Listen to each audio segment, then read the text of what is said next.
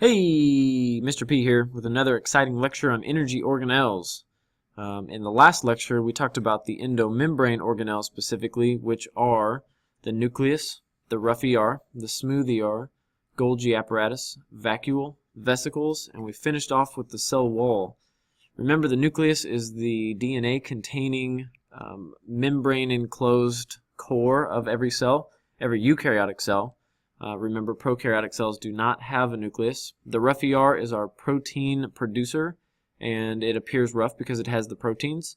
The smooth ER, remember, is continuous with the rough ER, but doesn't contain the ribosomes, which gives it that smooth appearance, and it makes lipids. The Golgi apparatus is the post office of sorts, which means it's going to receive proteins from the rough ER on one end, and it's going to modify and change and shape those proteins and then send them out into vesicles or lysosomes from the shipping end. The vacuole and vesicles are food and water and waste storage organelles. They're specifically in charge of kind of quarantining these materials and keeping them safe from all the other digestive enzymes that may be in some of the other cytoplasmic material. And then the cell wall, remember, is a membrane or is a layer that's on the outside of a cell membrane, and it's in charge of protecting and giving support and shape to a cell. But today we're going to talk a little bit about energy organelles, and so those two organelles are chloroplasts and mitochondria. Chloroplasts are the energy organelle associated with photosynthesis, and the mitochondria are the energy organelles that are associated with cell respiration. One good distinction to make, I know this picture shows an animal cell and this picture shows a plant cell, but plant cells have both chloroplasts and mitochondria, and the mitochondria can be seen right here, and I know it's not colored in, but plant cells contain both chloroplasts and mitochondria.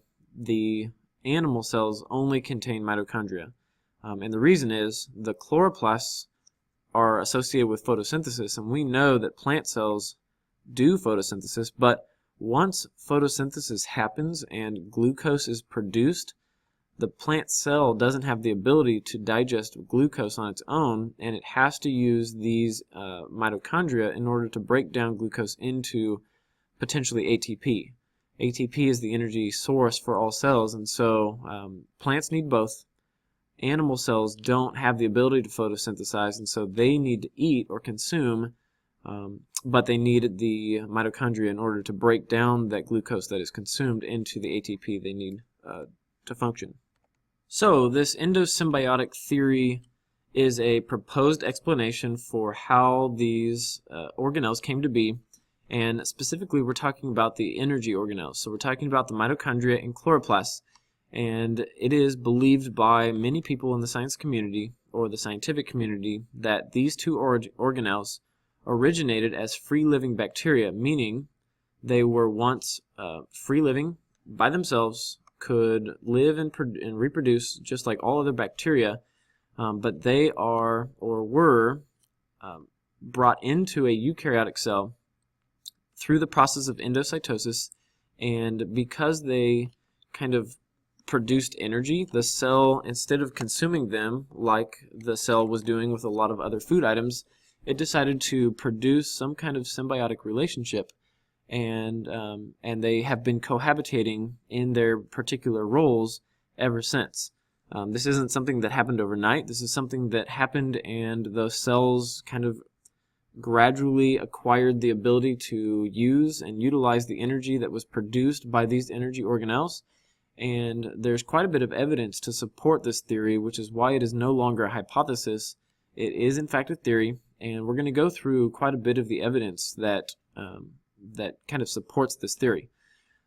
The endosymbiotic theory. Endo, if we break the word down, meaning inside, and symbiosis is cohabitating, and so the two energy organelles, both mitochondria and chloroplasts, are both said to have been brought in and are cohabitating. Now, the mitochondria and chloroplasts are currently a long ways from being a free-living bacteria, but the endosymbiotic theory is a theory that is used to discuss or kind of explain how these organelles came to be.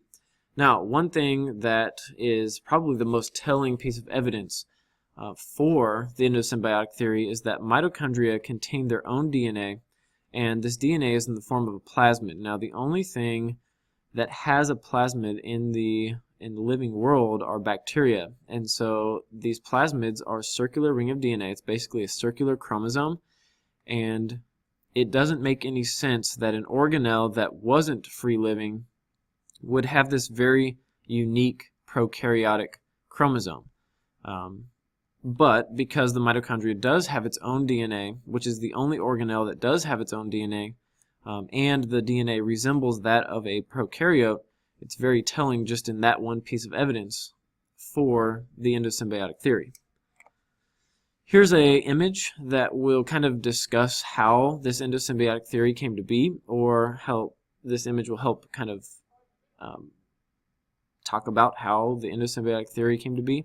And so there's a host cell, and this host cell brings in a bacteria cell through the process of endocytosis, which is, if I can get my pen, bringing in a food item or bringing in material. And once this bacteria cell comes in this vesicle or eventual vesicle, the membrane starts enclosing around it, and it starts kind of pushing in, and eventually this is going to completely enclose.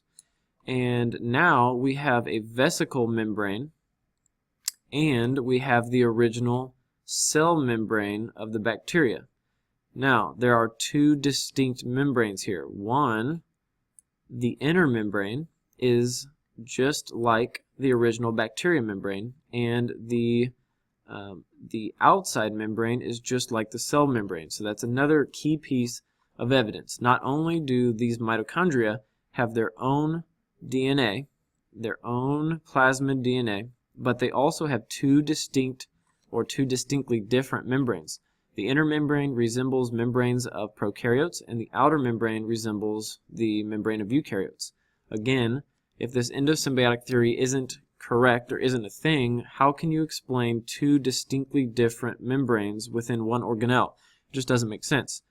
The cell is very good at conserving energy and being as efficient as possible, and so it makes sense that if these organelles were produced by the cell, you would expect the same membrane construction within both membranes. But again, you don't. And so this is the current mitochondria. The inner membrane is folded up for several reasons. We'll get into that, but it has two membranes even today, and the inner membrane looks just like a prokaryotic membrane based on its structure, and the outer membrane looks just like a eukaryotic membrane based on its structure. So let's talk a little bit about evidence. The pieces of evidence that would support the endosymbiotic theory are as follows. One, not only do the mitochondria contain their own plasmid DNA, remember it is a bacterial form of DNA, and this DNA is unique to the mitochondria. If you take every single cell in your body, you will get the exact same copy of DNA because that DNA is unique to you. But if you were to take somebody's mitochondria out, you actually get a whole different profile or a whole different sequence of DNA that is unique to just your DNA within the mitochondria. So, mitochondria contain their own DNA. It's in the form of a plasmid, and that plasmid, remember, is a circular ring of DNA, much like a bacteria cell would have. You also have the idea of binary fission, and binary fission is a way in which bacteria cells reproduce asexually. And this process is really important when you're talking about endurance and endurance athletics. And so why is it important for your mitochondria to be able to replicate themselves without the cell initiating it? And the answer is, the more energy your cells require, the more energy you need to make. And the more energy you need to make, the more mitochondria you need to have. The mitochondria also have the two membranes discussed earlier. One is the outer membrane. That outer membrane is very similar to your normal natural cell membrane, but the inner membrane resembles the membrane of a bacteria cell. And we talked in one of the last lectures about peptidoglycan, and peptidoglycan is this structural polysaccharide component of a bacterial cell wall. Remember, cellulose is a structural polysaccharide found in plant cells, Well, peptidoglycan works exactly the same way. It adds the structural integrity to the cell wall of a bacteria, and only bacteria. Okay, so if a mitochondria or any organelle within a eukaryote contains a cell wall, you would expect that if it was produced by the eukaryote, it wouldn't have peptidoglycan, because peptidoglycan is a polysaccharide that's only found in bacteria. Okay, and last but not least, mitochondria have enzymes and transport systems similar to bacteria. And so when you add up all this evidence, and people have been doing it for many, many years, when you add up all the evidence, it's very telling that the solution to how the mitochondria came to be has to be, or is as simple as, it started as a bacteria, and the bacteria were taken in by the eukaryote and became part of that cell, and because of this, life as we know it exists. So now that we've talked about the endosymbiotic theory and how mitochondria are believed to have arisen, I've got a little joke for you. We have two ancient bacteria that are standing, obviously, next to this giant eukaryote, very complex, specialized cell that has gone places and has become very famous in life as we know it. And so one ancient bacteria says to the other ancient bacteria, "I knew mitochondria back before they signed with eukarya." And the other one says, "Sellouts." Which is funny because the mitochondria, as you well know, is much more famous as it should be. It is the single most understood, the single most appreciated organelle in all of the eukarya kingdom, in my opinion, because it is the one organelle that produces all the energy needed to keep the whole entire cell from dying. Another joke for you. One bigger eukaryotic cell says to the small prokaryotic cell, "Hey, little guy, if you make energy for me, I'll protect you with my cell membrane." And the little bacteria said, "It's a deal." And then before you know it, the little bacteria gets passed through the membrane of the bigger eukaryotic cell, and his mouth gets taped, and his hands get taped, and all of a sudden he's now living in a world that he's unfamiliar with, and he's producing energy for the bigger eukaryotic cell, and he can't yell for help, and he can't call for anyone to help him, and I don't know how to even read that, but it's probably something like or something like that. You get the idea, okay? That obviously isn't the way the eukaryotic membranes and eukaryotic endosymbiotic theory happened, but it's kind of humorous to think about. So some more more information regarding the mitochondria, and specifically the energy organelle, is that, like you well know, the mitochondria is the powerhouse of the cell, or is the energy factory for the cell. It is membrane bound, and the membranes, and I should say plural membranes, remember there is an inner membrane and an outer membrane. The inner membrane is folded up, and it's folded up to maximize surface area.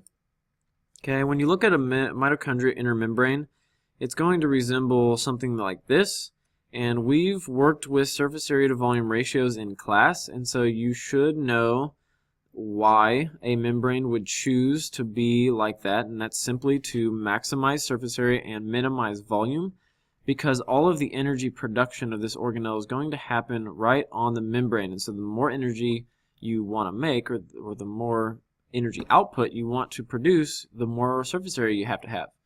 And the mitochondria is perfectly structured to allow it to function to produce large amounts of ATP. The purpose of the mitochondria is to convert glucose into ATP, and ATP stands for adenosine triphosphate. I know we've probably said that before in class, but ATP is the energy source for the cell across the board. The cell can't use pizza or hamburgers that you use for energy. The pizza or hamburgers have to be stripped down of all the carbohydrates.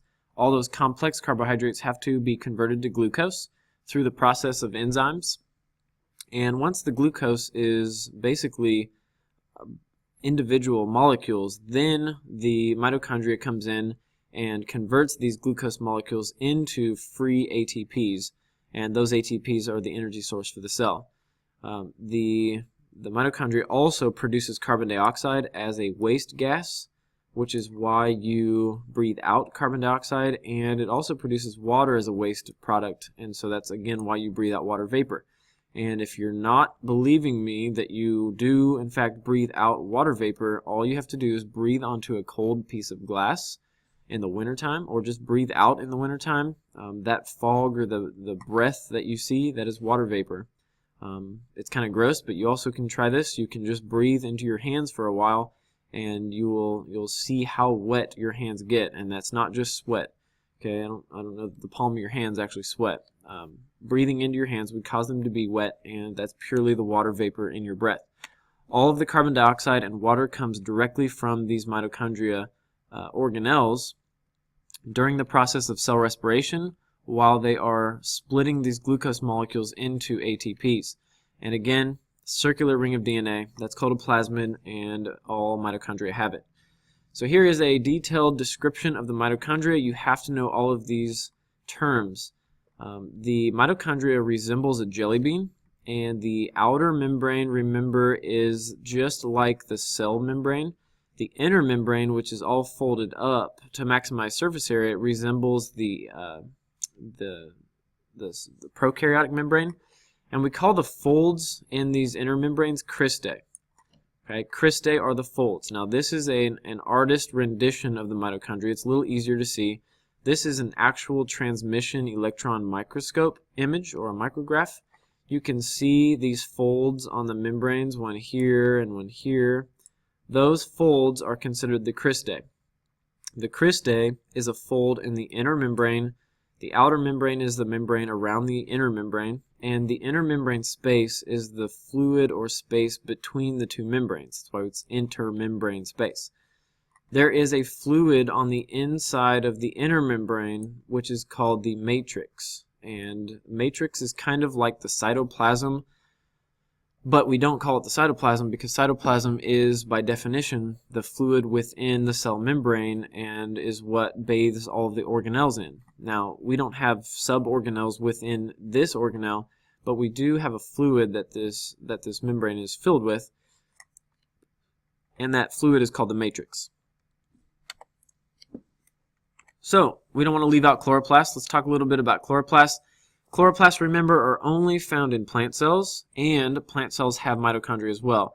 So when I've talked about mitochondria in the last 10 minutes, the mitochondria is found in both animal and plant cells because both plant and animal cells have to produce ATP from glucose. Chloroplasts, on the other hand, are only found in plant cells. They have the ability to carry out photosynthesis. Remember, only plants will photosynthesize, so it makes sense that plants are the only things that need the chloroplasts. And they are composed of three components.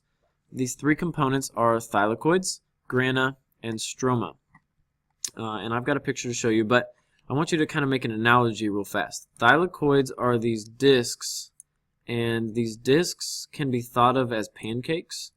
And when you eat pancakes, and I don't know about you, but I'm just kind of speaking about myself, when I eat pancakes, I'm not going to just eat a pancake. I want to eat like a stack of pancakes.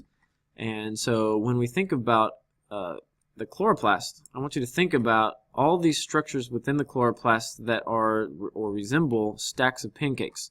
These are called thylakoids, individual stacks. A grana, or individual discs, rather. The stack of those thylakoids is called a grana. And so this entire stack right here is considered a grana. And then the fluid that bathes these grana would be like the syrup that you put on the pancakes. It is called the stroma. And stroma and syrup sound pretty similar. They both start with S's, and that's about it in terms of their word structure. But just think about pancakes. You're not going to eat a single pancake. You're going to eat a stack of pancakes because a stack of pancakes has more energy in it than a single pancake. And you're going to not eat those pancakes dry. You're going to put a little bit of syrup on them, and then everything's yummy in your tummy. Okay?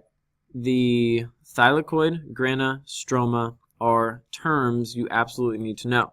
And so if you look at this image, again, just like the mitochondria, you have two membranes. The outer membrane is called the outer membrane.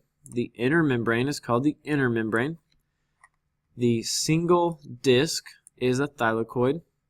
The stack of discs is the grana. And the fluid that fills up the thylakoid, or fills up the spaces around the thylakoids, is the stroma. Now, why are these discs flattened and not round spherical? One is to conserve space, but the main reason is to increase surface area. Okay, just like the inner membrane of the mitochondria is folded up to increase surface area, these thylakoids are flattened to maximize surface area as well. And these discs are the things that contain the chlorophyll, and the chlorophyll is the pigment that actually absorbs the sunlight, which is going to be our energy source in terms of photosynthesis, which will be the next topic. Here is an image that you probably see or have seen in the lab, and this image is of a plant cell, and so you can see the cell walls. A lot of you had a little bit of difficulty using the microscopes in lab, and that would be the cell wall. All these little green discs in here would be the chloroplasts. Now, inside of those chloroplasts would be these tiny little green discs called thylakoids, and all those little discs would be in stacks called grana, and they are bathed in a solution called stroma, and so you can see how many there are. And some of you actually were able to see those chloroplasts move. Some of you couldn't. And what would be an adaptation the plant has acquired that would allow these thylakoids to move? And it really comes down to sun exposure. It's important for these thylakoids to actually absorb sunlight, and so the chloroplast as a whole needs to move in order to be not in the shade, or not to be covered up by another chloroplast. And so these chloroplasts do have the ability to move in some cells, or some plant cells, to always be in the sunlight. I think that's where we're going to wrap up. Next lecture will be on the cytoskeleton, cilia, flagella, and the pili, perhaps. Until next time, see ya.